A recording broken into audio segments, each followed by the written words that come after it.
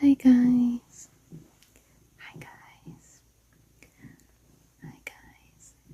Hi guys. Welcome back or welcome to my channel. Today I wanted to read to you guys. I'm going to be reading Tender is the Night by F. Scott Fitzgerald. This is the first book that I've read by him. He wrote The Great Gatsby. That's what his most famous work is. But I haven't read it. I do want to read it. So this is my first book of his that I'm reading. So as you can see, I'm a little bit into it. So far, we have been introduced to a young girl named Rosemary. Excuse me. This was written in like the 1930s, so it takes place around that time, or maybe a decade or two earlier. Like, I don't really know. But this is like when movies started to become like a thing, and like, don't touch that please, and like Hollywood and like vaudeville or vaudeville, whatever it's called, they started to like die out, you know. So we're introduced to Rosemary, who's 18, and she's an up-and-coming movie star, and her mother are on vacation in France. And so far, all that has happened is she met some people at the beach, and this one man in particular, Mr. Diver, she really likes. She has a big crush on him. But he has a wife, Nicole, but she likes Nicole. And yeah, that's really all that's happened so far. So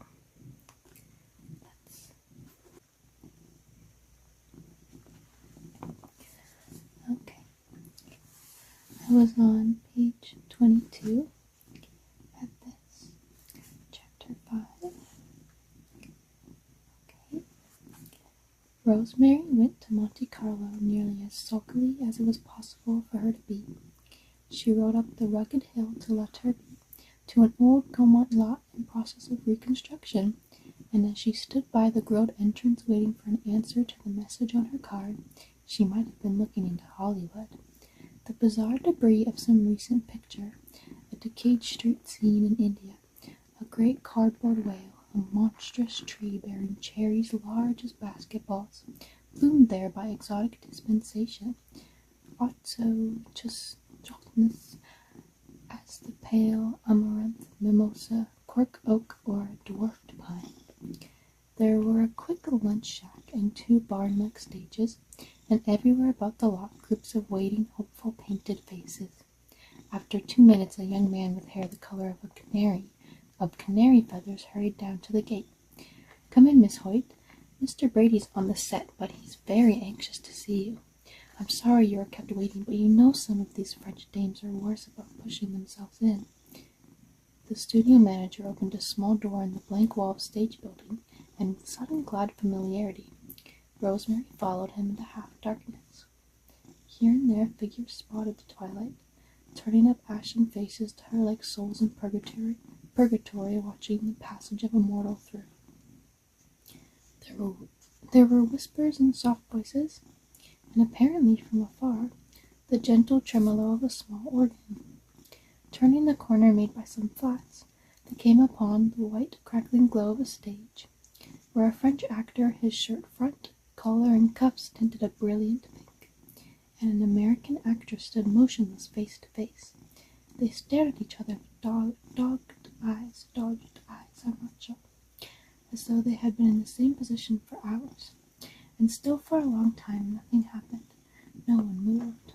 A bank of lights went on, with a savage hiss. Went on again. The plaintive tap of a hammer begged admission. mission to nowhere in the distance. A blue face appeared among the blinding lights above, called something unintelligible into the upper blackness. Then the silence was broken by a voice in front of Rosemary. "Baby, you don't take off the stockings. You can spoil 10 more pairs. That dress is 15 pounds. Stepping backward, the speaker ran against Rosemary, whereupon the studio manager said, "Hey, Earl, Miss Hoyt." They were meeting for the first time. Bertie was quick and strenuous. As he took her hand, she saw him look her over from head to foot, a gesture she recognized, and that made her feel at home, but gave her always a faint feeling of superiority to whoever made it. If her person was property, she could exercise whatever advantage was inherent in its ownership. "I thought you'd go along any day now," Brady said, in a voice that was just a little too compelling for private life, and that trailed with it a faintly defined Cockney accent. "Have a good trip?" "Yes, but we're glad to be going home." "No," he protested. "Stay a while. I want to talk to you. Let me tell you, that was some picture of yours. That Daddy's girl. I saw it in Paris. I wired the coast right away to see if you were signed." "I just had. I'm sorry." "God, what a picture." Not wanting to smile in silly agreement, Rosemary frowned. "Nobody wants to be thought of forever just for just one picture," she said. "Sure, that's right. What are your plans?"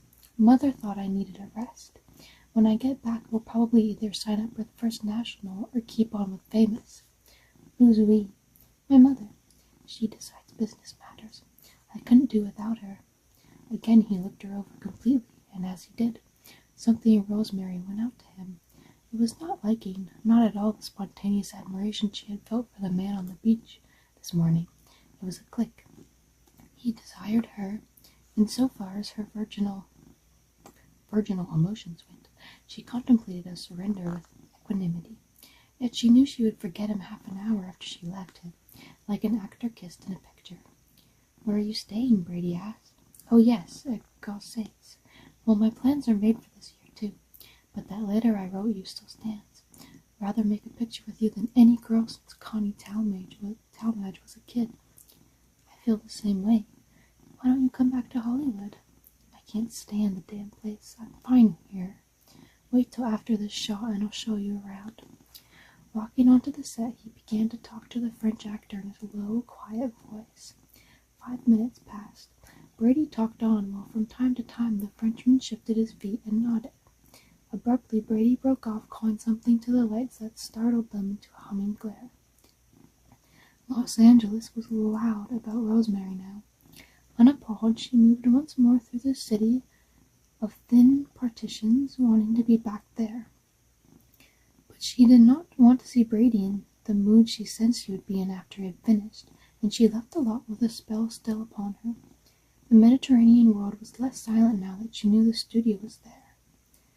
She liked the people on the streets and bought herself a pair of espadrilles on the way to the train. I'm not sure what that is. Her mother was pleased that she had done so accurately what she was told to do, but she still wanted to launch her out and away. Mrs. Spears was fresh in appearance, but she was tired.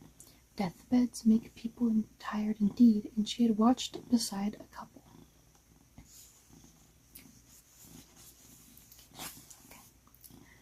Feeling good from the rosy wine at lunch. Nicole Diver folded her arms high enough for the artificial camellia on her shoulder to touch her cheek, and she went out into her lovely grassless garden. The garden was bounded on one side by the house, from which it flowed and into which it ran, on 2 sides by the old village, and on the last by the cliff falling by the ledges to the sea. Along the walls on the village side all was dusty, the wriggling vines, the lemon and eucalyptus trees, the casual wheelbarrow left only a moment since, but already grown into the path, atrophied and faintly rotten. Nicole was invariably somewhat surprised that by turning in the other direction past a bed of peonies, she walked into an area so green and cool that the leaves and petals were curled with tender damp. Knotted at her throat, she wore a lilac scarf that even in the achromatic sunshine cast its color up to her face and down around her moving feet in a lilac shadow. Her face was hard, almost stern, save for the soft gleam of piteous doubt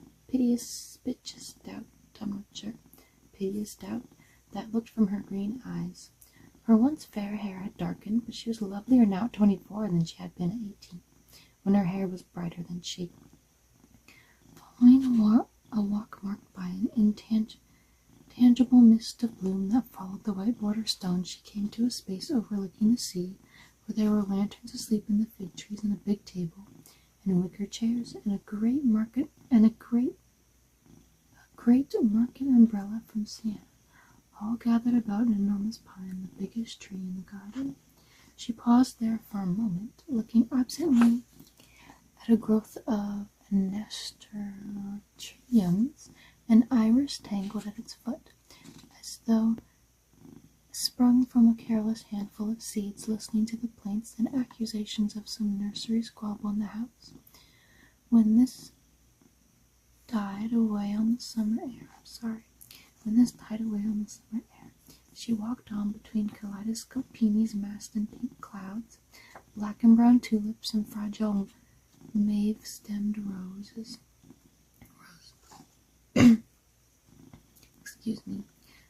Roses, transparent like sugar flowers in a confectioner's window, until, as if the scherzo of color could reach no further intensity, it broke off suddenly in mid-air, and moist steps went down to a level 5 feet below.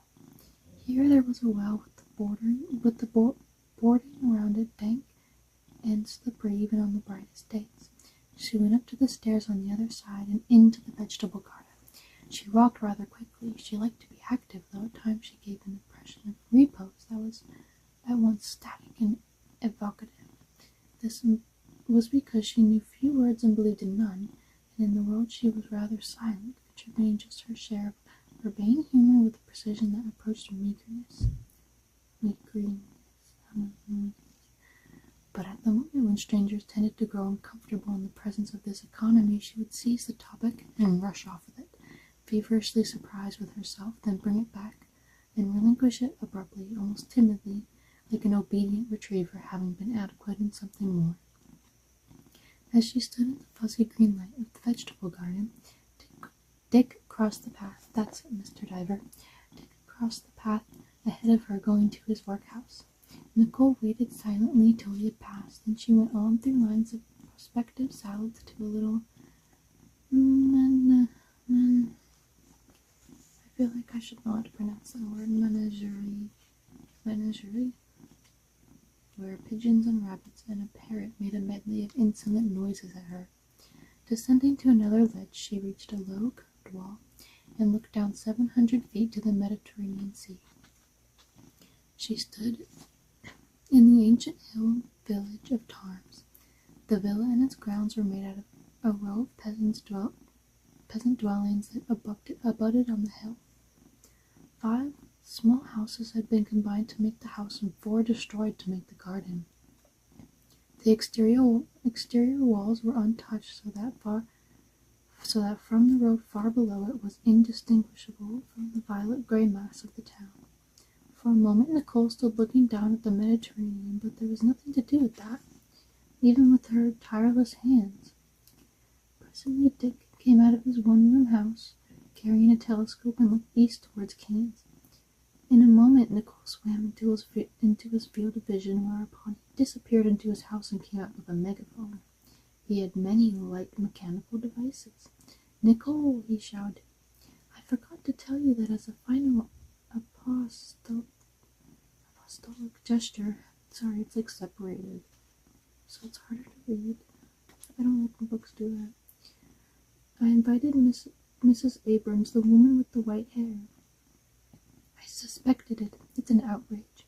The ease with which her reply reached him seemed to belittle his megaphone, so she raised her voice and called, "Can you hear me?" "Yes." He lowered the megaphone and then raised it stubbornly. "I'm going to invite some more people, too. I'm going to invite the 2 young men." "All right," she agreed placidly. "I want to give a really bad party. I want to give a party where there's a brawl and seductions and people going home with their feelings hurt and women passed out in the cabinet de toilette. You wait and see." He went back into his house, and Nicole saw that one of his most characteristic moods was upon him. The excitement that swept everyone up into it, and was inevitably followed by his own form of melancholy, which he never displayed but at which she guessed. This excitement about things reached an intensity out of proportion to their importance, generating a really extraordinary virtuosity with people. Save among a few of the tough-minded and perennially suspicious, he had the power of arousing a fascinated and uncritical love. The reaction came when he realized the waste and extravagance involved. He sometimes looked back with awe at the carnivals of affection he had given, as a general might gaze upon a massacre he had ordered to satisfy an impersonal bloodlust. But to be included in Dick Diver's world for a while was a remarkable experience. People believed he made special reservations about them, recognizing the proud uniqueness of their destinies, buried under the compromises of how many years. He won everyone quickly with an exquisite consideration and a politeness that followed, that moved so fast and intuitively that it could be examined only in its effect. Then, without caution, lest the first bloom of the relation wither, he opened the gate to his amusing world. So long as they subscribed to it completely, their happiness their happiness was his preoccupation, but at the first flicker of doubt as to its all-inclusiveness, he evaporated before their eyes, leaving little communicable memory of what he had said or done. At 8:30 that evening he came out to meet his first guest, his coat carried rather ceremoniously, rather promisingly in his hand, like a toreador's cape. It was a characteristic that after greeting Rosemary and her mother, he waited for them to speak first, to allow them reassurance of their own voices and new surroundings. To resume Rosemary's point of view, it should be said that under the spell of the clouded times and the fresher air, she and her mother looked about appreciatively. Just as the personal qualities of extraordinary people can make themselves plain in an unaccustomed change of expression, so the intensely calculated profession of Villa Diana transpired all at once through such minute failures as the chance apparition of a maid in the background or the perversity of a clerk. Well, the first guests arrived, bringing with them the excitement of the night. The domestic activity of the day receded past them gently, symbolized by the Diver children and their governess still at the supper on the terrace. "What a beautiful garden!" Mrs. Spears exclaimed. "Nicole's garden," said Dick. "She won't let it alone. She nags it all the time, worries about its diseases.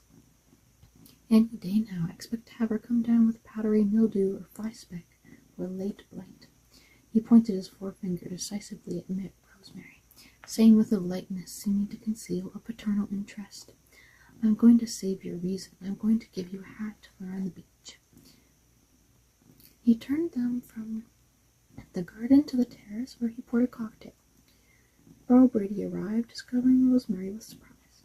His manner was softer than at the studio, as if his differentness had been put on at the gate, and Rosemary, comparing him instantly with Dick Diver, swung sharply toward the latter.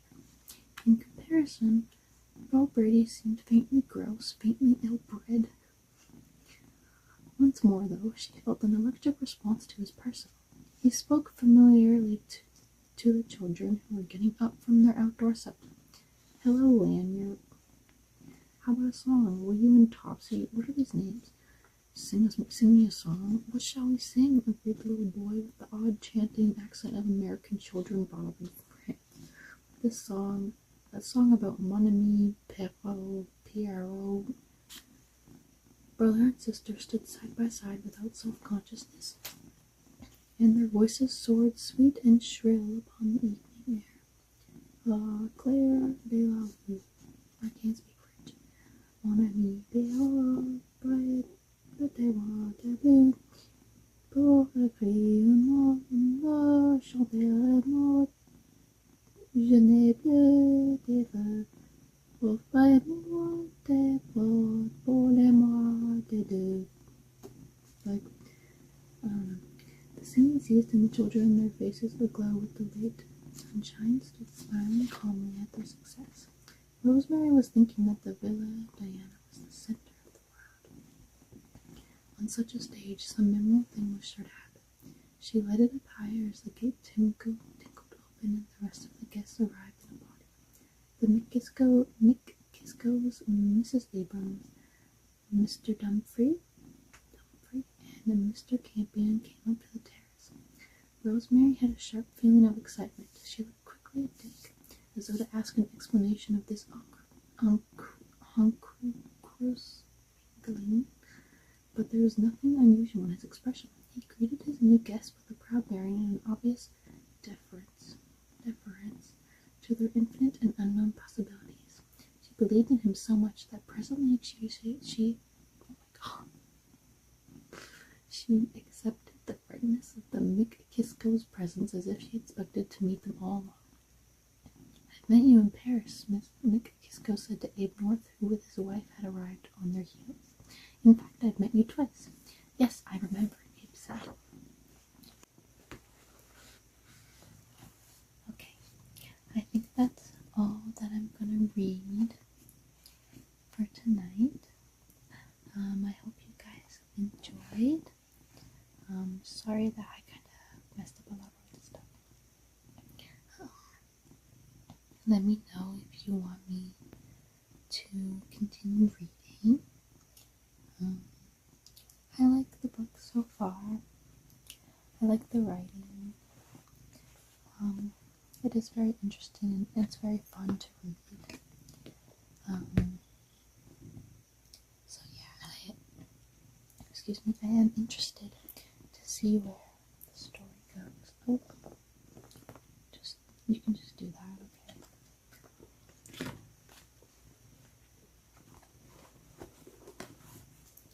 Okay, well, good night. Good night.